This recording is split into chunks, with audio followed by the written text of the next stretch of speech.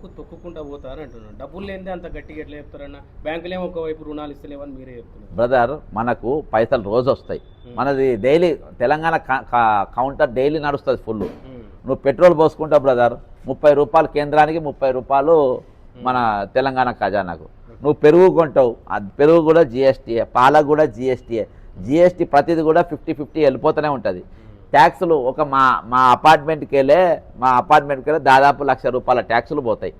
అర్థమైందా? నీకు తెలుసా? ఇవన్నీ తెలియకుండా కరెంటు బిల్లులు పెరిగినాయి తెలుసా? మీకు కరెంటు బిల్లు చూసుకొని తెలుస్తుంది. గత 3 నెలలకు ఈ 2 నెలలు ఎంత కరెంటు బిల్లు వచ్చిందో. 250 రూపాయలు కరెంటు బిల్లు కట్టేటోని నేను 2,500 రూపాయలు కరెంటు బిల్లు కట్టిన ఈ 3 నెలలకి. తెలియకుండానే కరెంటు బిల్లులు పెంచారు, తెలియకుండానే ఇంటి ట్యాక్సులు పెంచారు. నీకు ఇంటి ట్యాక్సులు ఎంత వస్తుందో లెక్క చేసుకో. ఇవాళకి తెలంగాణ పవర్ ఏం తెలుసా బ్రదర్? ఇవాళకి తెలంగాణ పవర్ ఏంటంటే 10 లక్షల కోట్ల అప్పైనా కానీ తీర్చే దమ్ము తెలంగాణకు ఉంది. మళ్ళీ అన్ని దవాఖాన్లు, గీకాన్లు, ప్రభుత్వ హాస్పిటల్, ప్రభుత్వ స్కూళ్ళు అన్ని బరాబర్ నడుపుకుంటున్నా కానీ మనకు దాదాపు ఇవాళకి మనకున్న శక్తి, మన బలం ఏంటంటే 10 లక్షల అప్పైనా కానీ ఇవాళ తీర్చే దమ్ము ఉంది. ఈరోజు చిత్తశుద్ధి లేదు బ్రదర్. ఎంత ఒకసారి ఎప్పుడైతే మనకు చిత్త ఉన్నదో బ్రదర్, అందరు కూడా వ్యక్తిగత జీవితం ఉంటుంది. అందరు కూడా నువ్వు ఏకంగా ఒక వీడియో చేసి బయటికి చేసి పూరీలు చేసుకుని బయటికి మా వీడియోను రిలీజ్ చేసినామంటే ఎవరో యాత్రికంగా తీయలే కాదు కదా.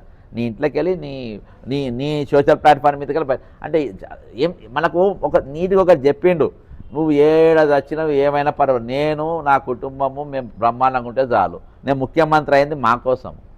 అర్థమైందా? మేము ముఖ్యమంత్రి అయింది మా కోసం. అదే నిన్న చెప్పిండే ఖమ్మంలో 182 సీట్లు అయితే అంటే 117 సీట్లు గెలుస్తారంట. నేను ఛాలెంజ్ చేస్తున్నా బ్రదర్, ఛాలెంజ్ చేస్తున్నా. ఇవాళ కుప్పంలో నువ్వు పోయి గెలిస్తే ఈ రాష్ట్రంలో అయితే ఎక్కడ గెలవవు, కొడంగల్ కూడా గెలవవు. నువ్వు గెలవాలంటే మళ్ళీ కుప్పం కన్నా పోవాలి, హిందూపూర్ కన్నా పోవాలి. ఆడపోయి గెలిస్తే గెలవాలి. కానీ మళ్ళీ అంతటా ఏపీ అంతటా కాదు, ఈ 2 సీట్లల్లో. ఎందుకంటే తెలుగుదేశం ముందుకెళ్ళి గెలుస్తుంది కాబట్టి ఆడ నీకు అది కూడా సైకిల్ గుర్తు మీద నిలబడాలి. ఏది కాంగ్రెస్ గుర్తు మీద నిలబడితే ఆడ కూడా నీకు డిపాజిట్ రాదు. అక్కడ ఆడ తప్ప నీకు తెలంగాణ మాత్రం ఏడ కూడా అవకాశం లేదు, అస్సలు ఇది లేదు. నువ్వు అనుకుంటున్నావేమో పోయినసారి పట్నం మహేందర్ మా పార్టీలోనే ఉన్నాడు, పట్నం మహేందర్ తమ్ముడిని నేను మేనేజ్ చేసుకుంటు. బ్రదర్ దయచేసి ఎడిటింగ్ చేయదు, ఉన్నది చెప్తున్నా. పట్నం మహేందర్ ఎందుకంటే పట్నం మహేందర్ది కూడా హిమాయత్ ఉంది. హైదరాబాద్ అక్కడ పోయి నీకు భయపడుతున్నావు, గజగజ వణిగిపోతున్నావు కూలగొట్టనికి. అర్థమైందా? గజగజ వణిగిపోతా ఉండు ఈరోజు. కాబట్టి ఈరోజు అక్కడ పట్నం నరేందర్ రెడ్డిని మేనేజ్ చేసిన, సైలెన్స్ చేసిన ముఖ్యమంత్రి మళ్ళీ కాబోతున్నా అని చెప్పి మొన్న పిట్ట కథలు చెప్పినట్టు చెప్పి బయటపడతాయేమో బిడ్డ. ఈసారి అట్లా ఉండదు. ఎవరం బయట వాళ్ళు వస్తారు. నేను కోడంగల్లా నువ్వు ఎన్ని ఓట్లు చేసినా అవి ఏడ కూడా ఎక్కడ నీ మంత్రాలు ఏవి కూడా పనిచేయకుండా ఈరోజు తెలంగాణలో ఖచ్చితంగా నేను ఎక్కడ నిలబడ ఓడగొడి తీరుతాను.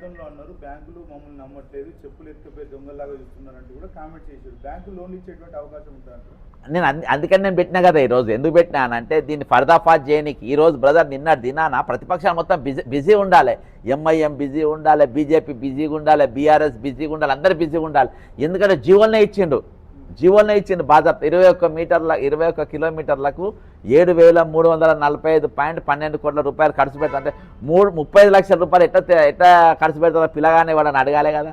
అసలు నీకు లోన్ ఎవరు ఇస్తుందో పిల్లగాని నువ్వు అడగాలి కదా.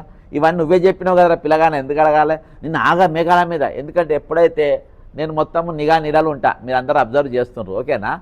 అయితే ఎప్పుడైతే నేను ఏడీబీ బ్యాంక్ ఉత్తరం రాసినో ఈటల రాజేందర్ గారు రంగంలో దిగిండు. Kaleshwaram super project. ఇప్పుడు ఎవరు తిట్టాలి?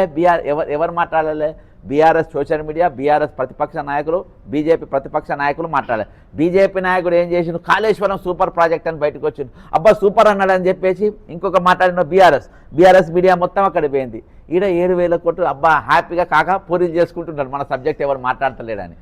అర్థమైందా? జెడ్సన్ సబ్జెక్ట్ ఎక్కడ పోతుంది? జెడ్సన్ ఒకటి మాట్లాడితే ఎక్కడ దాకా పోతుంది? ఆయన ఛానల్లో వస్తుంది, అది 100 మంది కూడా చూడరని ఆయన హ్యాపీగా ఉన్నాడు. ఆ 100 మందిలో రేవంత్ రెడ్డి పక్కా ఉంటాడు. అర్థమైందా? కాబట్టి ఆయన ఇట్లా డైవర్స్ పెట్టేసి ఈరోజు దానికి పెద్ద స్కెచ్ చేసిండు. వాస్తవం రేవంత్ రెడ్డి గారు నిజంగా వాస్తవం చెప్పిండు. రేవంత్ రెడ్డిని నిజంగా బ్యాంకులు రియల్ బ్రదర్ రేవంత్ రెడ్డి గారికి మొట్టమొదటిసారి ఒక నిజం చెప్పినందుకు ఆయన చేతులెత్తి దండం పెడుతున్నా, కృతజ్ఞత తెలుపుతున్నా. నిజంగా రేవంత్ రెడ్డి గారు మీరు చెప్పినట్టే మీరు దొంగను చూసినట్టే చూస్తున్నారు. మిమ్మల్ని చూడంగానే చెప్పులు కిందేసుకున్న చెప్పులు తీసుకొని కిందేసుకొని కూర్చుంటున్నారు. అర్థమైందా? చెప్పుల మీద కూర్చుంటున్నారు. మీరు ఏం అబద్ధం ఆడతారు? ఏ బ్యాంక్ వాడు మీకు లోన్ ఇయ్యాడు బ్రదర్. ఇంకో పెద్ద దేశద్రోహం నడిచింది ఇందులో, మూసీ ప్రాజెక్టులో. ఇది మీరు ముందు పెట్టుకోవచ్చు. ఈరోజు brother Hyderabad is the second capital, ఓకేనా? Hyderabad is the second capital of our country, ఓకేనా? ఎందుకనంటే ఆ రోజు ఇక్కడ మనం దగ్గర పోతే రైట్ సైడ్లో మనకు కంటోన్మెంట్లో మిలిటరీ ఉంటుంది, ఇంకా అవతల పోతే ఎయిర్ ఫోర్స్ ఉంటుంది, ఓకేనా. అయితే ఈ రెండు ఉన్న జాగాలలో రేపటి దినాన ఈ హైదరాబాద్ అనేది ఈ భారతదేశానికి సెంట్రల్ అంటే డెక్కన్ ప్లాట్యూ ఎత్తు స్థానంలో ఉంటే సెంటర్లో ఉంటుంది అని చెప్పి పెట్టిరు. రేపటి దినాన ఒకవేళ ఢిల్లీ మీద అటాక్ జరిగితే మనకి ఇది అంటే ఫ్యూచర్ దీనికోసం పెట్టారు. ఇక్కడ 80 ఎకరాల డిఫెన్స్ భూమి మూసీ ప్రక్షణ కోసం ఎట్టిస్తావా? ఇది దేశద్రోహం కాదా ఇది? ఇప్పుడు నువ్వు వాడుకోవడానికి ఇచ్చుడు వేరే, నువ్వు పర్మనెంట్ సుందరీకరణని పర్మనెంట్గా ఒక రక్షణ శాఖకు సంబంధించిన భూమి ఎట్లిస్తారు? ఇది దేశం కోసం ధర్మం కోసం ఎట్లయితుంది? మూసీ కింద దాదాపు ఈ మీ బాపు గారి కింద ఉన్న దాదాపు 10,000 హిందూ హిందూ సమాధులు కూలగొడతా ఉన్నాయి. దేశం కోసం ధర్మం కోసం బ్యాచ్ ఎక్కడ కనబడతలేదు? అక్కడ ఎందుకు మాట్లాడతలేదు? ఈ దేశద్రోహం కాదా? డిఫెన్స్ బ్రదర్ ఆ రోజు ఆ భూమి కేటాయించి వాళ్ళ తెలియదా ఇక్కడ ఫంక్షన్లు కట్టాలి, వ్యాపారాలు కట్టాలని? ఈరోజు ఏ విధంగా డిఫెన్స్ భూమి ఇస్తారు? దీని మీద ఎందుకు స్పందిస్తలేరు? ఈ డిఫెన్స్ భూమి ఎందుకు ఇస్తలేరు అని ఎందుకు మాట్లాడతలేరు? ఈరోజు ఎట్లు ఇస్తారు బ్రదర్? ఆయన బుడ్డోడు, ఆయన ఏముండదు కానీ ఏకంగా కేంద్ర మంత్రులే ఉన్నారు, కేంద్ర డిఫెన్స్ మినిస్టరే ఉన్నారు రాజ్నాథ్ సింగ్. ఏ విధంగా ఇస్తారు? ఇది 101% దేశద్రోహము. ఈరోజు కాంగ్రెస్, రేవంత్ రెడ్డి గారు, బీజేపీ రెండు కలిసి ఈరోజు దేశద్రోహానికి పాల్పడ్డాయి అన్న దానికి నేను బాజాప్తా చెప్తున్నానంటే 80 ఎకరాల భూమి ఏ విధంగా దీనికి ఇస్తారు? ఇది అంత ఇంపార్టెంట్ ప్రాజెక్ట్ కాదు కదా. ఒక డిఫెన్స్ భూమి తీసిచ్చుడు, అంత ఇంపార్టెంట్ కాదు కదా. ఈరోజు రక్షణకు